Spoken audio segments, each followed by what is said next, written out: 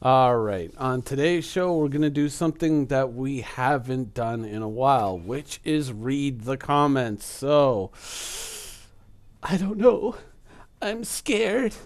My emotions are soft and delicate and beautiful, like a flower.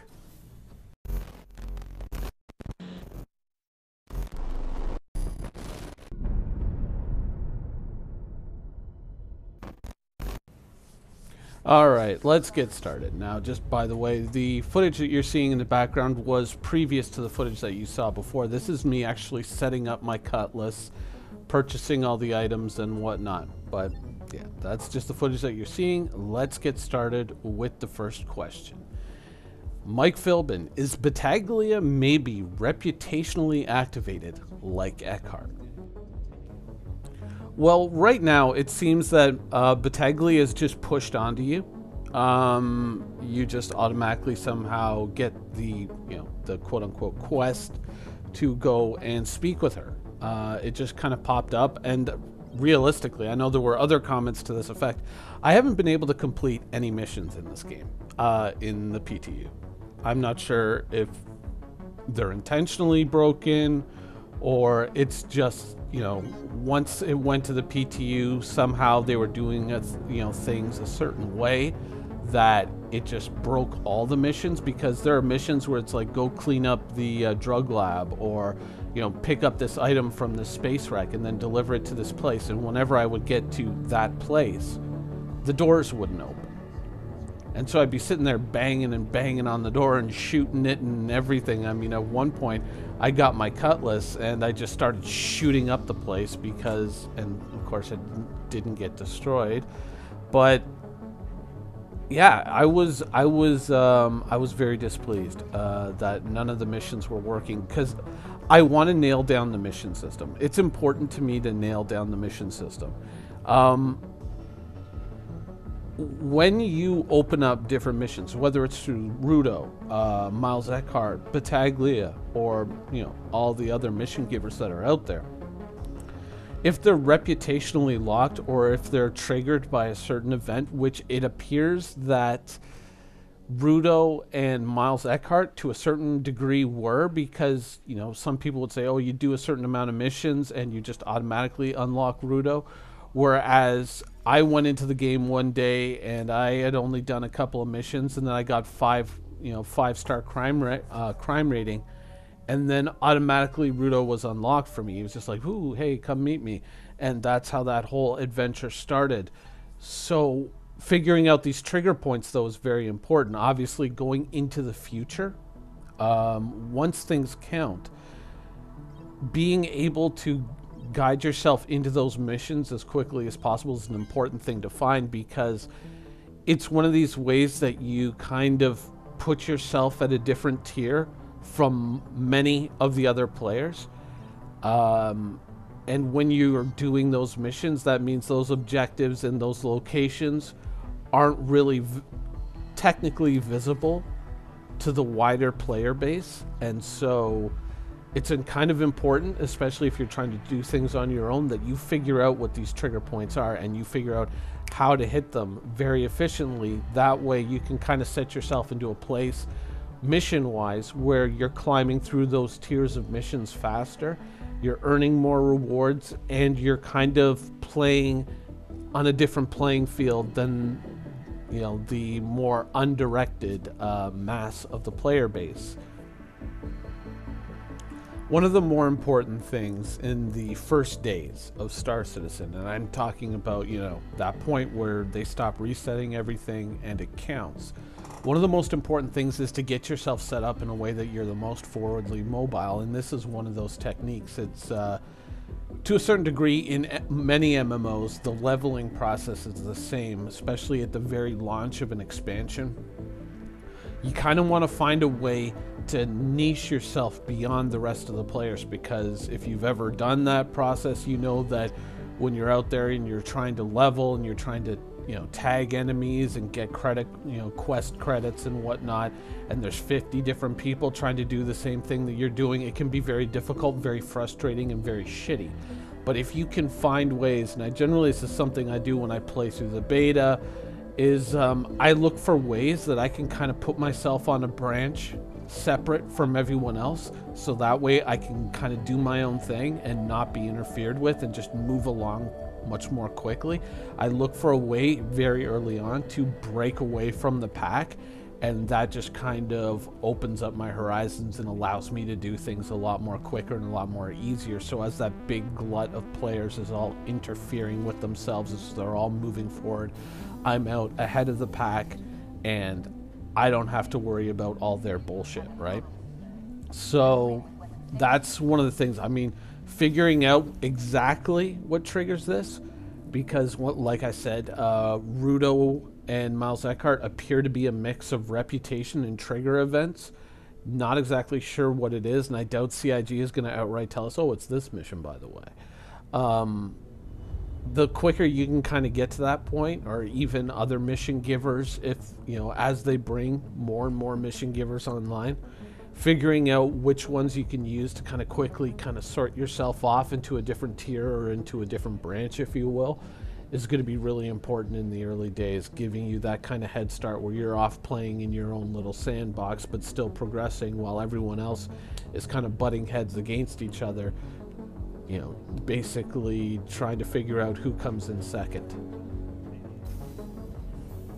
Alright, Gamer Max. I can't get her mission at all. It doesn't give me a mission at all on my Moby-Glass. Yeah, I went through a few play sessions where it didn't populate. I went through another one where it did populate, but it didn't give me a mission marker, and we seem to be getting frequent updates to the PTU.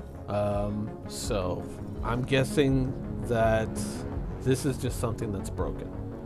The trigger event, if there is a trigger event, which I doubt, is, yeah, I think it is simply that the game is just rolling dice over time, you know, and it's just saying, no, you didn't get it, no, you didn't get it, no, you didn't get it, boom, you know, this time you got it. I feel that that's the way the mission system is currently working, is it's just rolling the dice and seeing what missions come up, and what missions come up relative to the player who's playing, depending on, once again, reputation and unlocks. Brainstem. How often are you able to get in your Reclaimer? I haven't been able to get in mine for a long time. Yeah, with the Reclaimer right now, the doors, the elevators are all broken. You have to basically go to the landing pad, step off the edge of the landing pad, EVA up to the level of those secondary exits up on the upper tier, you know, the side airlocks, you know, that funny thing that you use to get in and out of a spaceship, hammerhead, in space that prevents you from evacuating the atmosphere out. You have to kind of navigate to that level, and then you can just EVA across and you can get into your Reclaimer. The Reclaimer does have a lot of issues right now, and so just not even being able to get into it is kind of one of the issues. But another issue is the weapons are all broken. At least on my Reclaimer they are. Whenever I fire the turrets, they all fire off in this, you know, in all these different directions. Whereas before, I mean, I put up a video, I think in the spring, where I was playing with the Battle Reclaimer, where I was simply taking the Reclaimer out and doing missions with them because I was able to focus so much firepower because of the gimbaled weapons. And I was just able to just crush things. Like, I would go in against fighters and defeat them simply by virtue of the fact that I had so many guns firing at them that they would just get shredded before they could even start to outturn or outmaneuver me. And it was a lot of fun, and they broke it, and it doesn't work now, and that hurts me in my soul, in my things, emotions. But one thing that I did discover when I was messing around with the Reclaimer a couple of days ago was that the large turret on the top of the ship is now accessible and now works, and it does have two guns that are the same guns that you get in the hammerhead turrets, but take note that those can also be increased up to size 5, and so you can actually go a little bit bigger. Interesting possibilities with the Reclaimer if it worked. Reverend Zombie. the Valkyrie is worthless. Well, currently in the immediate PTU, the Valkyrie is a dead ship. Much like, say, the Reclaimer, or I guess the Starfarer, arguably.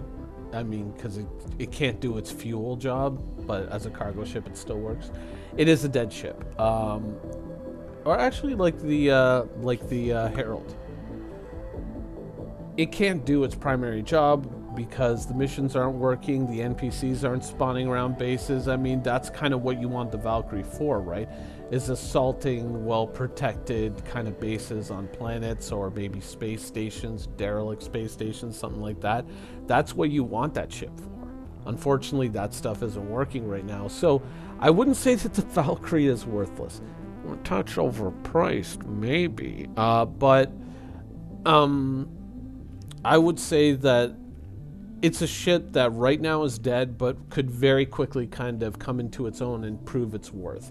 I don't think that it is worth less, but in putting it in the game as it is now, not a good idea. But then again, 2 weeks from now, a month from now, all these NPCs and missions and all that could be unlocked. And then you might find, like, Valkyrie owners might find themselves, manning those turrets and sweeping the ground defenses and that shit that we saw in the demo. So very quickly, it could prove to be a very valuable ship, I think. But niched into that ground assault role, which it is primarily designed to fill, though if you could turn that space into a cargo space, it would make it a bit more of an all-arounder and a little bit more player-friendly. Just saying. All right, John Boyd. Cutlass and Avenger are the kings of multi-role at the moment. I have heard that the Avenger gets torn apart in PvP, though, right now.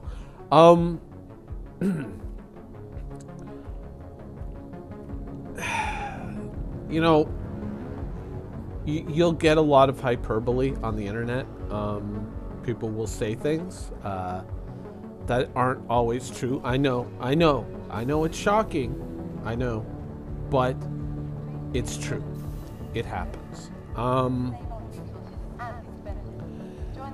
The Avenger, once we get the new flight model and things are a little bit more, a little bit more, the ships are a little bit more distinguished from one another by their, by their physical differences, by their, wing surface area and all of that.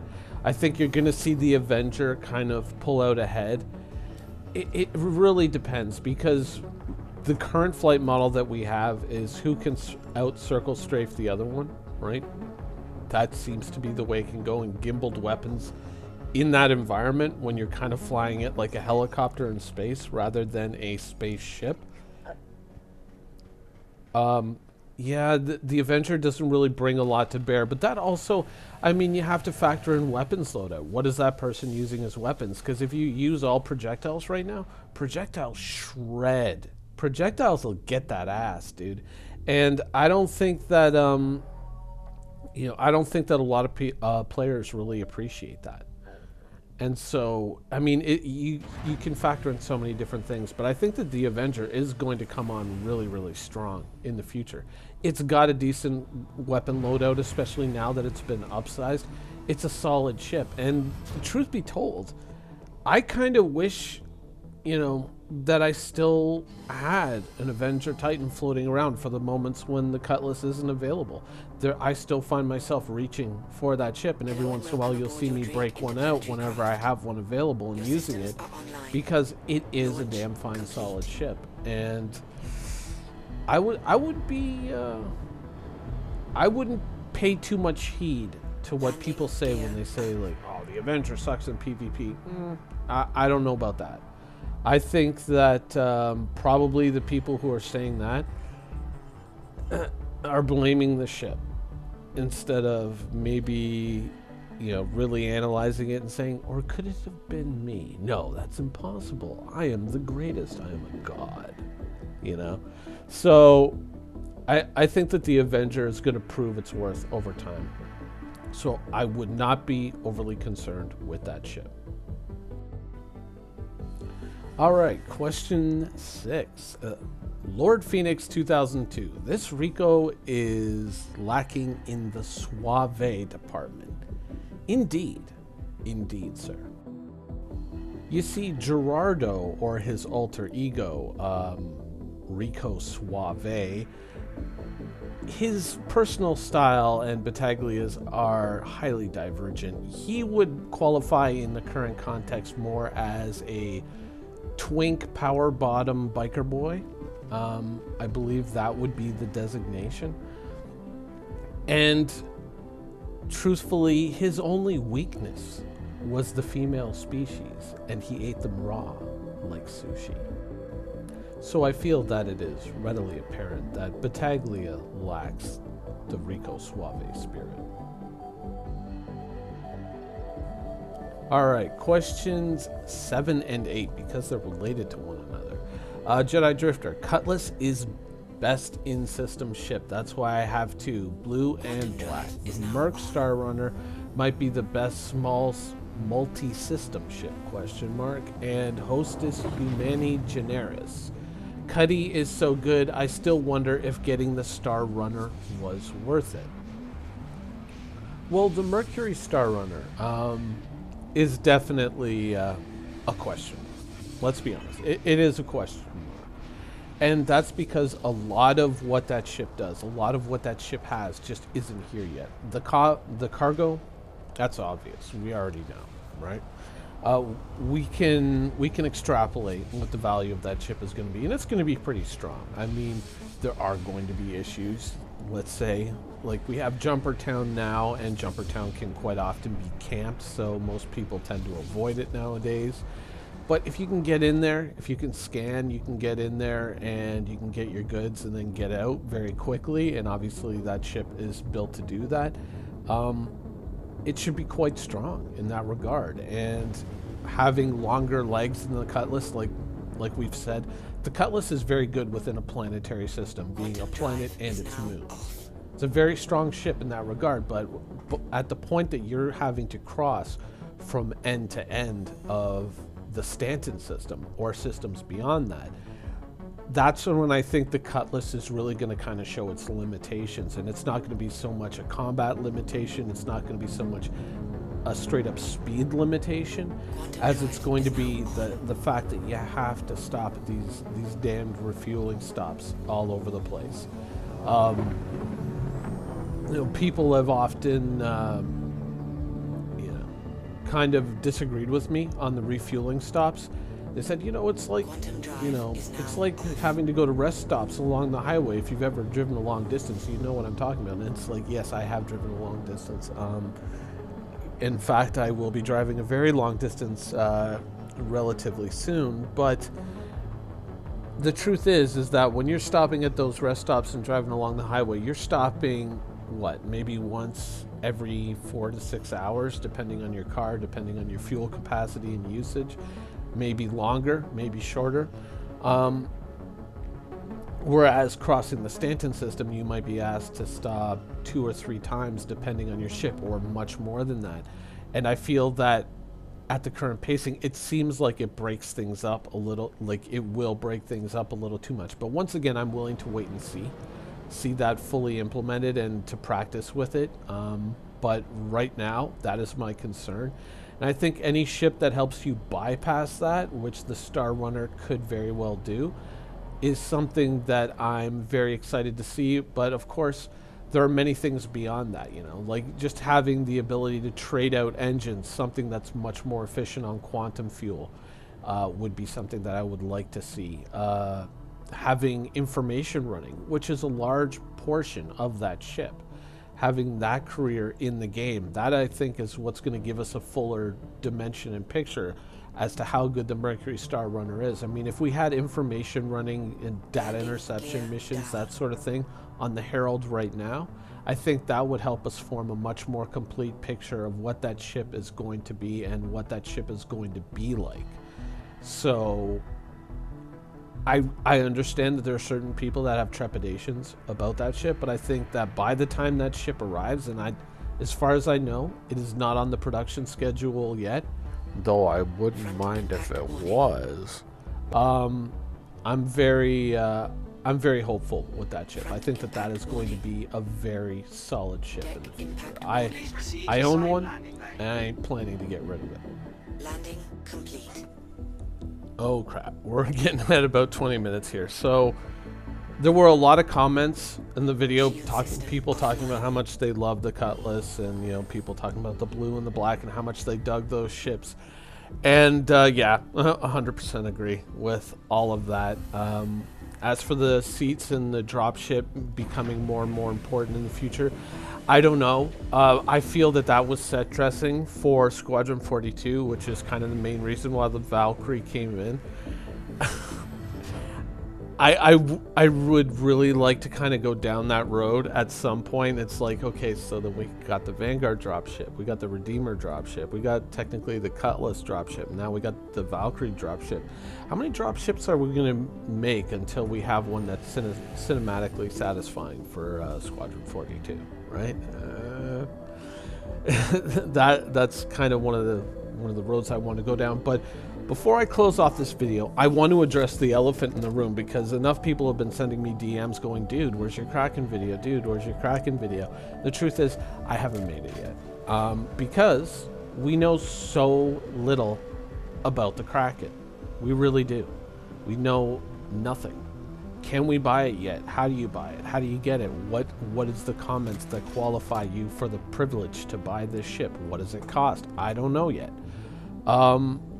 What do we know? It can travel through quantum, and I guess if you tie down the ships or lock them down, you can take them along on the landing pads, apparently. Good. But how much is it going to cost, you know? At this time, I don't know what the answers to that question are, so it's really difficult for me to kind of look at it from a cost versus value opinion, or to form an opinion in that area. I would want more information. Do I like the design? It's all right. It's nothing that that struck me as like, oh my god, it's technically brilliant, you know. But at the same time, it was nothing that I looked at and went like, oh my god, what were they thinking? It's cool. I like the little winglets that kind of give it a bit of a gigantic Cutlass feel. I liked all the turrets. I would love to know more in-depth information about it, more than just like, well, it's got lighter armor than the Idris, or it's this, or it's that. You know, I would like to see the actual values, but of course, these are things that once again can change going into the future. So it is kind of it is largely a unanswered question at this time. As for should you buy one or should you acquire one, well, we discussed this in org. We discussed this over the weekend at length, and my opinion was this: no. I am personally someone who, depending on the price, I mean, technically I guess I could do a melt apocalypse and get the ship if I was deemed worthy of buying the ship. I suppose it is with something that is easily within reach for me. If I melted a shit ton of stuff, would I do it? No. Being someone who flew a mothership and well, technically still owns a mothership in EVE Online, I learned a very harsh lesson in acquiring that ship, and the impact that it had on my gameplay. Because what I thought was going to be like, oh man, it's going to be great. It's like now my character is dead except for when there's a war going on. And that was not a great feeling. Personally, I kind of looked at it like this. If the org wants a ship like that, I will fully support acquiring something like that. But I would not say let's group up money together and let's all buy it together. My point of view on it was, obviously it's a ship that's going to be for sale within the PU. I would say once the PU becomes live, once the PU becomes active, and we form better ideas about how the economy works, and we know everyone can chip in-game money into, let's say, like a corporate or an org pool. And then, let's say, once a week or something like that, everyone goes and does the org business type thing. Like, let's say your org has 100,000 credits in the org bank. Well, then you would get your org cargo ships, you would get your org fighters, everyone all together. You would form a convoy, you would take that 100,000 or whatever amount of credits, and let's say you were going to do it on a cargo run. You would go, you would purchase whatever is the most valuable cargo that you can purchase and make the most valuable cargo run that you can make for your org. Everybody all in doing this thing for the org. And then you sell it and you go, okay, now the org is up to 150,000 credits. Next week we'll do it again, and it just becomes an amount of money that eventually exponentially increases, and your org should have enough to earn it. Obviously, players in the game will have much more than 100,000 credits, clearly, and it should be not too difficult for a highly organized group of intelligent individuals to build up the money in-game if they pool enough money to seed money together to purchase something like that in-game, which I expect should have lifetime insurance, whether it's bought in-game or not, because it would be ridiculous for something that expensive to not have it. But then again, the org could just straight up insure it in-game, so yeah, whatever. We'll see how that all shakes out, but that is my opinion on that. And of course, I would love to have information. I'm sure many of us would, but it does not appear to be forthcoming at this moment, though I'm sure that by the time I've recorded this, they'll probably have released something. Anyways, that's the show for today. Yikers, it is almost a half an hour long. I hope you guys enjoyed it, and thanks for watching. Suave. Rico. Thank you for watching. So if you want to keep up with the latest and greatest in Star Citizen Squadron 42's development, please follow us on our social media channels. See you soon.